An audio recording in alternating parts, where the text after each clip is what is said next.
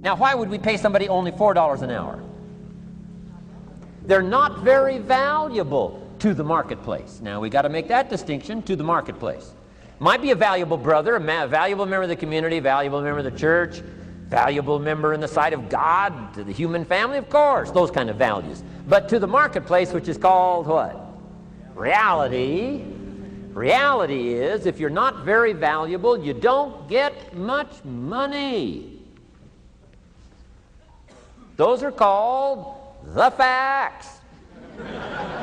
I mean, that's how that is. Well, then how do you get more money? Simple answer. Somebody says, well, I'll go on strike for more. Well, here's a major problem with that. Here's a major problem with that. You can't get rich by demand.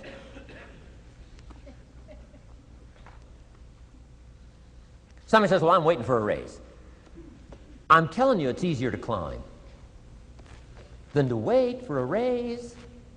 Why not just become more valuable rather than wait? I'm telling you, that's the key to all good things. Becoming more valuable. Why would we pay somebody $400 an hour? They've become more valuable to the marketplace. See how this works? I'm telling you, this stuff is so easy. This is America. This is a ladder. How far is it from 4 to 5? I'm telling you, it's not far. $4 to $5 an hour? If you work for McDonald's, haul out the trash, they'll pay you $5 an hour. If you whistle while you haul out the trash, they'll pay you $5 an hour. I'm telling you. You'll get an extra dollar just for a good attitude. Yay, McDonald's. Wear the hat. It's incredible. $5. And then you just keep becoming more valuable, more valuable, more valuable. I got a telephone call 5 years ago. The company said, we're ready to expand internationally. We need some help. I was sort of semi-retired. Right? Looking for the next exotic beach. They said, no, Mr. Rohn, we got a project for you. Right? Going to expand internationally. We could use your help. Next little while, we'll add some millions to your fortune, make it worth your while. I said, okay. I thought later, isn't that interesting that they called me? My second thought was, of course they'd call me. Who else would they call? I mean, you know, I can get the job done. Now, how come I got a telephone call worth millions? I had become valuable. Now, I'm a farm boy from Idaho. I was raised in obscurity. 1 year of college, and I thought I was thoroughly educated. Made all kinds of mistakes galore. At age 25, the creditors are calling me saying, hey, you told us the check was in the mail. I got pennies in my pocket. I got nothing in the bank. I'm behind on my promises. How come I get a telephone call 5 years ago and it's worth millions? I changed. I turned my life around. Is it possible to become worth millions? Speaking economically, now there's a lot of values to become, but let's just talk economics. Is it possible to become that valuable? And the answer is, of course, of course. Now let me give you the secret. Shoaff said, here's the secret, Mr. Rohn. Learn to work harder on yourself than you do on your job. Once I got that, it turned my life around. Learn to work harder on yourself than you do on your job. Results. Every once in a while, you got to take a measure, see how you're doing with these three pieces: philosophy, attitude, activity. Now we take a measure called results. What is the results at the end of the day, the results at the end of the week? You can't let too much time go by without checking. When time goes by, 6 years I'd been out there working when I met my teacher, Mr. Shoaff. Shoaff said, well, Mr. Rohn, let's just go through a little summary here. He said, in the last 6 years, how much money have you saved and invested? Let's go through a little tab list here. How much money have you saved and invested the last 6 years? I said, what? 0. He said, you have messed up. You remember these notes. I like that. You've messed up. He said, who sold you on that plan? I thought, my gosh, the man's right. I'm a nice guy. I bought the wrong plan. What if you were 50 and broke? Right? Didn't need to change countries. bought the wrong plan. What a sad scenario that would be. But Shoaff said these questions. Let's go through some results. He said, how many books have you read in the last 90 days? I said, what? 0. Wisdom of the world available? Change your life, change your future? Wisdom of the world available? Develop any skill you want, earn the kind of income you want, have all the treasures you want, equities you want, relationship with your family that you want, everything that you want available, and the wisdom of the world to help you get it. Haven't read any books in the last 90 days. My teacher said, Mr. Rohn, you have messed up. I'm telling you, you've got the deal. Shoaff said, Mr. Rohn, in the last 6 months, how many classes have you taken to improve your skills or to develop new skills? Go for the American dream. Become rich and powerful and sophisticated and healthy and influential. How many classes have you taken in the last 6 months? I said, how many? 0. He said, you have messed up. He said, you don't need to unmess the country. You don't need to straighten out the perplexed. You don't need to straighten out any of this stuff. All you've got to do is look within and let results teach you a great deal about your own activity, your own attitude, and your own philosophy. I went through that process. Take this phrase home. Results is the name of the game. What other game is there? Results. Here's all life asks us to do. Make measurable progress in reasonable time. Just take home that little phrase. Good phrase. We're asked in life simply to make measurable progress in reasonable time.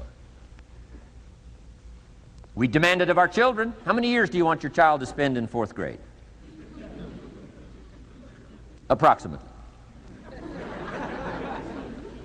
About 1. If it looks like they're not going to make it, we pour on the pressure, called legitimate pressure, lack of results. Peer pressure, family pressure, school pressure, community pressure. Every other kind of pressure we can bring to bear. Why? You can't stay more than 1 year in 4th grade. As parents, you'd have to leave the community. You say, well, what if they're nice kids? Wouldn't you give them 3 or 4 years? And the answer is no. You got to make better progress than that. So you got to check fairly often. Some things you got to check every day. Some things you got to check at least by the end of the week. Salesman joins this little sales company. Supposed to make 10 calls first week. Wouldn't it be legitimate to call him in on Friday and say, John, what? How many calls? I mean, this stuff is simple. John says, well. Say, John, well won't fit in this little box here. Well. Now John starts with a story. You say, John, I made this little box so small so a story won't fit. I don't need a story. I need what? A number. A number. What will a number tell me? Everything. John's supposed to make 10 calls. What if he made 20? You say, wow. Wow. We got somebody. What if he only made 1 call? Whoa. Will that tell us something about John's philosophy? And the answer is yes. Will it tell us something about his attitude? Of course. Will it tell us something about his disciplines? Of course. And if he wants a lesson in life change, all he has to do is be willing to face the numbers and come up with the results that will teach you to either celebrate if you got good results or fix whatever needs to be fixed in your philosophy, attitude, activity called disciplines. You don't need to go anywhere else. I do believe in affirmations. They are valuable as long as you affirm the truth. Because it says in ancient scripts, the truth, what? Will set you free. Free to do what? Amend your errors and pick up new disciplines. That's what the truth is for, to help us amend our errors and pick up the disciplines for life change. That's what the truth is for. So I do believe in affirming the truth. If you're broke, best thing to affirm is, I am broke. You put that up on the refrigerator where you can see it every day. I mean, that's how you do that. Now, if you need a little additional affirmation, you just put up there, I'm 40 and broke. I mean, you know, that ought to do it. And if you need just a little more, put up there, I live in America and I'm 40 and broke. That's enough to turn your life around. It says, hey, something is Wrong. Somewhere I have messed up. And I'm telling you, if you'll start with that, it's called the process of life change, and it doesn't matter how small the process is to start. One discipline starts it, and then one discipline feeds another, and the first thing you know, you've got this whole cycle in an upward positive motion. And it's called life change. It's called income change. It's called health change. Relationship with your family change. Equities unprecedented that you can have in numbers that will stagger the imagination if you do not curse what's available and start amending what's possible to get the results that you want. I don't think I can put it in any better language. Let me give you the day that turns your life around as quickly as I can. I got 4 parts to the day that turns your life around, and then we're finished for the day. Number 1, disgust. Disgust.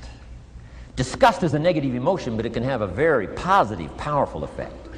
Disgust says, I've had it. What an important day that could be. I've had it. Wow.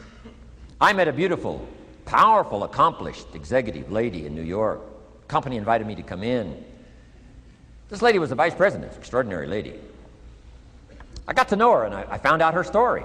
I said, how did you get here? Big income. And she never went to college, never went to university. I said, how did you get here? Executive, powerful, income. She said, well, let me tell you part of the scenario. She said, when I was a young mother a few years ago, she said, one day I asked my husband for $10. And he said, what for?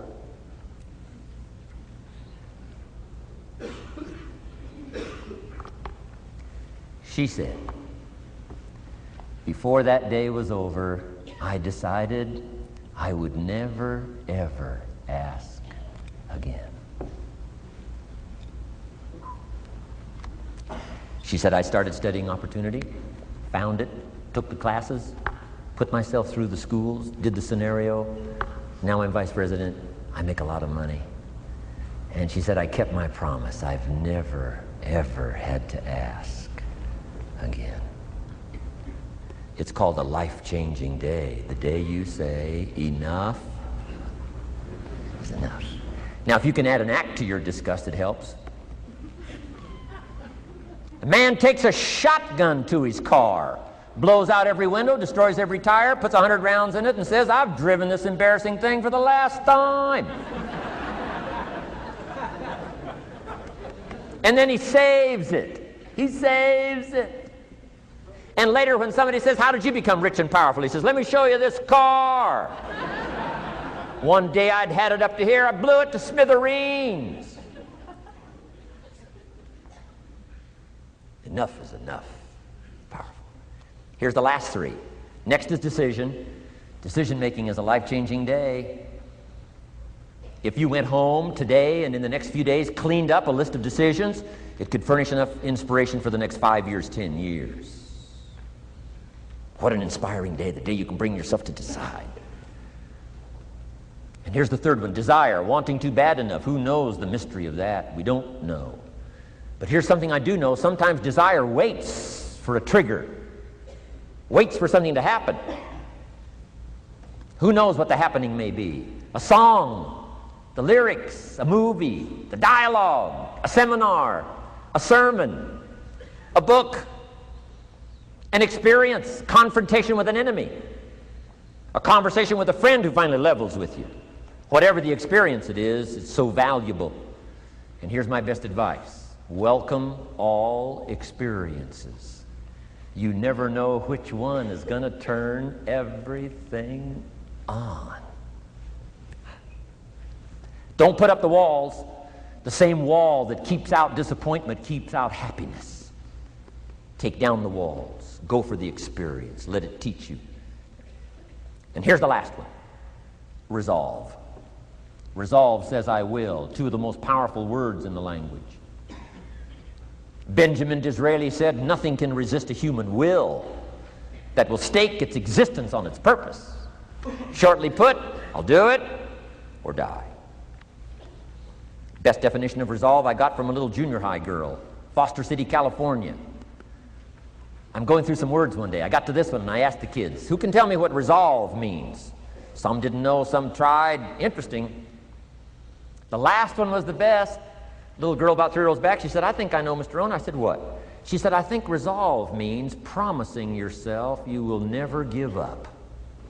I said, that's the best I've ever heard. She's probably giving seminars somewhere today, right? I mean, that's the best I've heard. I asked the kids, how long should a baby try to learn how to walk? How long would you give your average baby? Before you say, hey, enough's enough. No. Any mother in the world would say, you're crazy. My baby is going to keep trying what? Until. What a magic word. I want you to write it down. Until. Promise yourself you'll read the books until your skills change. You'll go to seminars until you get a handle on it. You'll listen to it until it makes sense. You'll go for it until you understand it. You'll practice it until you develop the skill. Never give up until, however long that is. Step by step, piece by piece, book by book, word by word, apple by apple. Walk around the block, walk around the block. Go for it. Don't miss the chance to grow. And resolve that you'll pay the price until you learn, change, grow, become. Then you'll discover some of life's best treasures when you pay that price.